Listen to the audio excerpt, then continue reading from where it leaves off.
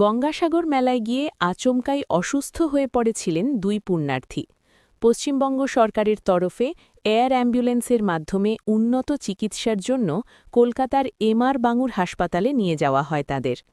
এবার গঙ্গাসাগর মেলায় এই প্রথম কোনো পুণ্যার্থীকে এয়ারলিফটিং করে চিকিৎসার ব্যবস্থা করা হয়।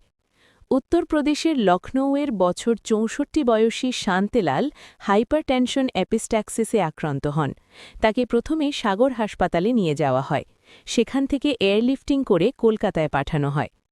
অন্যদিকে হরিয়ানা থাকা আসা বছর ৭৭ বয়সী বৃদ্ধা বিমলা দেবী পড়ে গিয়ে পা ভেঙে যায়। গঙ্গাসাগর মেলায় তাকেও এয়ার অ্যাম্বুলেন্সে কলকাতার এমআর বাঙুর হাসপাতালে পাঠানো হয়। তৃণমূলের সাধারণ সম্পাদক কুণাল ঘোষ সামাজিক মাধ্যমে জানিয়েছেন, রাজ্য সরকার, গঙ্গাসাগর মেলা প্রাঙ্গণের গ্রাউন্ড স্টাফ, স্বাস্থ্য দপ্তরের সমন্বয়ে এই কার্য সফলভাবে করা গিয়েছে। মুখ্যমন্ত্রী মমতা বন্দ্যোপাধ্যায়কে ধন্যবাদও জানিয়েছেন তিনি।